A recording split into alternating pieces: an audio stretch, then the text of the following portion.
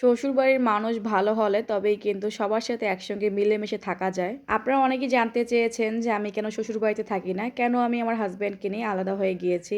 আমার শ্বশুর কেন আমাদের সাথে থাকে না? তো এই প্রশ্ন আসলে অনেকদিন আগে আমাকে করা হয়েছে। তো আমি সেই প্রশ্নগুলোর ইগনোর করতাম বেশিরভাগই। তো ভাবলাম কেননা আজকে আপনাদেরকে দিয়ে দেই উত্তরগুলো। কারণ অনেকেই জানতে চায়। আমাকে ভালোবাসে বলেই হয়তো আমার বিষয়ে তাদের জানার আগ্রহটা অনেক বেশি।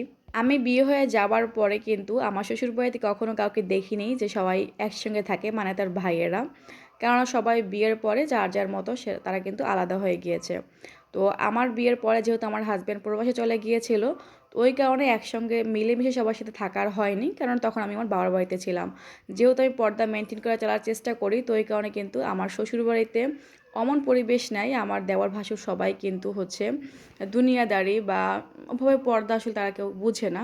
ওই কারণে আমার হাসব্যান্ড কিন্তু আমার বাবার বাড়িতেই আমাকে রাখতো। তো সেখান থেকেই কিন্তু আমি বিয়ের পরেই আমার শ্বশুরবাড়ি থেকে আলাদা। এরপর যখন আমার হাসব্যান্ড প্রবাস জীবন ছেড়ে দিয়ে যখন সে সিদ্ধান্ত নিল যে সে বাংলাদেশে এটা কিছু করবে, তো তখন হচ্ছে আমরা ঢাকায় চলে আসি। আর আমার হাসব্যান্ড যেখানে থাকবে আমি তো অবশ্যই সেখানেই থাকবো। এটা নিয়ে কেউ কিছু বলতে না পারার কারণ হচ্ছে তার ভাইয়েরাও তাদের ওয়াইফকে নিয়ে কিন্তু সবাই দূরেই থাকে।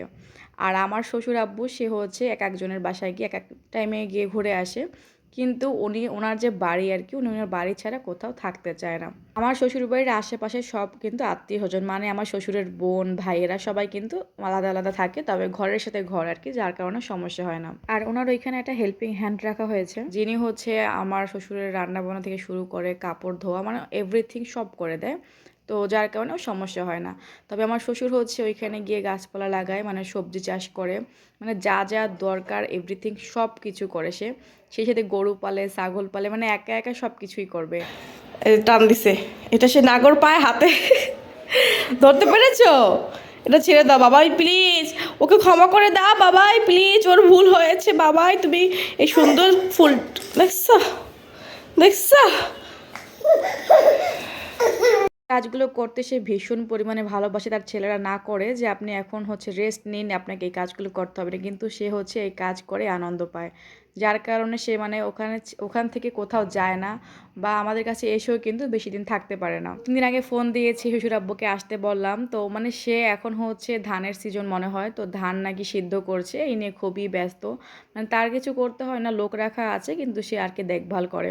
তো ওই চাল কিন্তু কেউ আমরা খাই না বা আমরা কেউ আনি না, যেহেতু মোটা চাল কেউ খেতে পারে না। তো কষ্ট করে ধান লাগায়, সেগুলোকে হচ্ছে সেদ্ধ করে চাল বের করে, মানে অনেক ঝামেলার কাজ কিন্তু। তো এই কারণে তার ছেলেরা সবাই তাকে না করে, কিন্তু সে শুনতেই চায় না।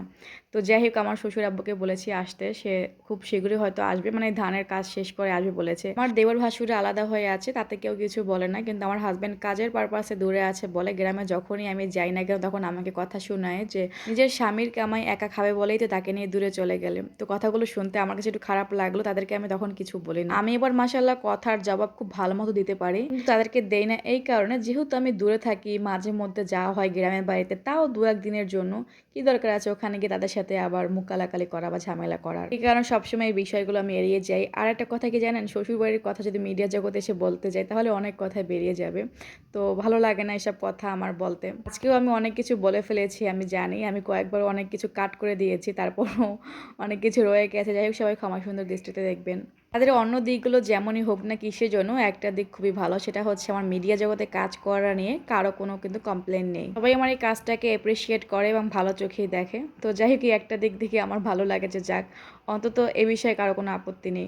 আজকের দিনটাতে আমাদের অনেক ছোটাছুটি করতে হয়েছে, এক জায়গা থেকে আরেক জায়গায় গিয়েছি। সকালে একটা জায়গায় বের হয়েছিলাম, ওখানে কাজ শেষ করে আমরা দুপুরে আসলাম একটু খাওয়া দাওয়া করার জন্য। এখানে দুপুর না, প্রায় 12টার মতো হবে বাজে আর কি।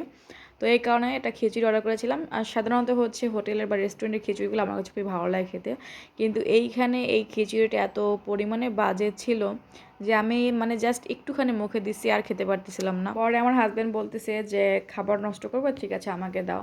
মানে সে নিয়েছে ঠিকই, কিন্তু সেও খেতে পারছিল না। তো পরে আমি আর কি করবো, আমি ওদের এখানে আর কোনো খাবার অর্ডার করিনি।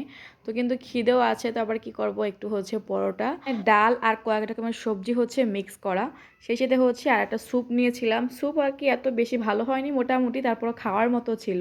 তো যাই হোক, এখানে হচ্ছে আমরা খাওয়া দাওয়া করে তারপরে হচ্ছে আমাদের কিছু বাজার লাগবে, টুকিটাকি বাজার করার আছে। তারপরে যাবো বোরকা বোরকা কিনতে, কেননা বোরকা কিনছি এই কারণে আমাদের একটা জায়গা যাওয়ার আছে। আর আপুদের উদ্দেশ্যে বলছি যারা কিনা ঘরে বসে ইনকাম করতে চায় আমাদের মতো, আমরা কিন্তু ইউটিউবে শুধুমাত্র ভিডিও আপলোড দিয়ে মাসে কিন্তু খুব ভালো বড় পরিমাণে অ্যামাউন্টে ইনকাম করছি। আগের একটা ভিডিওতে আপনাকে দেখিয়েছিলাম যে 1200 ডলার ইনকাম করেছে, এটা কিন্তু লাস্ট 28 দিনের ইনকাম ছিল আমার 8তম ব্যাচের এক স্টুডেন্ট আপু। ও কিন্তু আমার এখানে কোর্স করার 1 মাসের মধ্যেই ইনকাম করা শুরু করেছে। প্রথম পেমেন্ট ছিল হয়তো বা 25 থেকে 30 হাজারের মতো, এরপর দ্বিতীয় পেমেন্টে গিয়ে হচ্ছে ও 1,45,000 টাকারও বেশি ইনকাম করেছে। 1200 ডলারে কিন্তু বাংলাদেশি টাকায় 1,45,000 টাকার বেশি।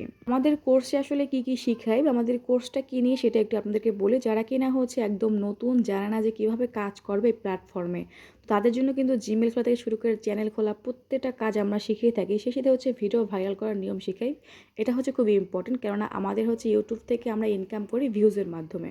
অনেকে আছে যারা কিনা ইউটিউব চ্যানেল খুলে 2-3 বছর ধরে কাজ করতেছে, কিন্তু সেখান থেকে তারা সফলতা অর্জন করতে পারছে না। তার একমাত্র কারণ হচ্ছে চ্যানেলে এমন এমন কাজ করে রাখে। কেননা আমার তো অনেক স্টুডেন্ট যখন আমার কাছে ভর্তি হতে আসে, ওদের চ্যানেলটা চেক করলেই আমি দেখি যে এমন এমন কাজ করে রাখে যার কারণে হচ্ছে চ্যানেলে কখনো রিচই হবে না। আর সে সেখান থেকে হচ্ছে কিভাবে ইনকাম করবে। ইউটিউবে কাজ করতে হলে আপনার চ্যানেলটাকে হচ্ছে এসইও করা থেকে শুরু করে র্যাঙ্কিং যে কিওয়ার্ডগুলো বা যে ট্যাগগুলো ব্যবহার করানো হচ্ছে, আপনি আপনার চ্যানেলটাকে গ্রো করতে পারবেন এবং আপনার ভিডিওগুলো ভাইরাল করতে পারবেন। এই কাজগুলোই কিন্তু আমাদের এই কোর্সে শেখানো হয়।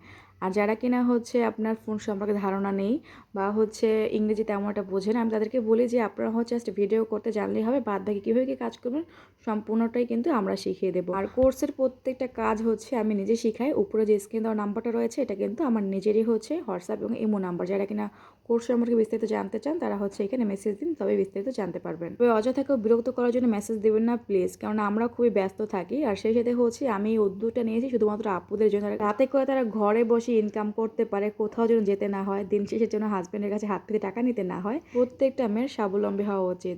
তো যাই হোক, উপরে স্ক্রিন দেওয়ার নাম্বারটা রয়েছে, যদি যারা কোর্স করবেন শুধুমাত্র তারাই কিন্তু মেসেজ দিবেন। আজকের মতো এখানে শেষ করছি, দেখা হচ্ছে পরবর্তী ভিডিওতে। ভালো থাকবেন, সুস্থ থাকবেন, আমাদের জন্য দোয়া করবেন। আল্লাহ হাফেজ, আসসালামু আলাইকুম।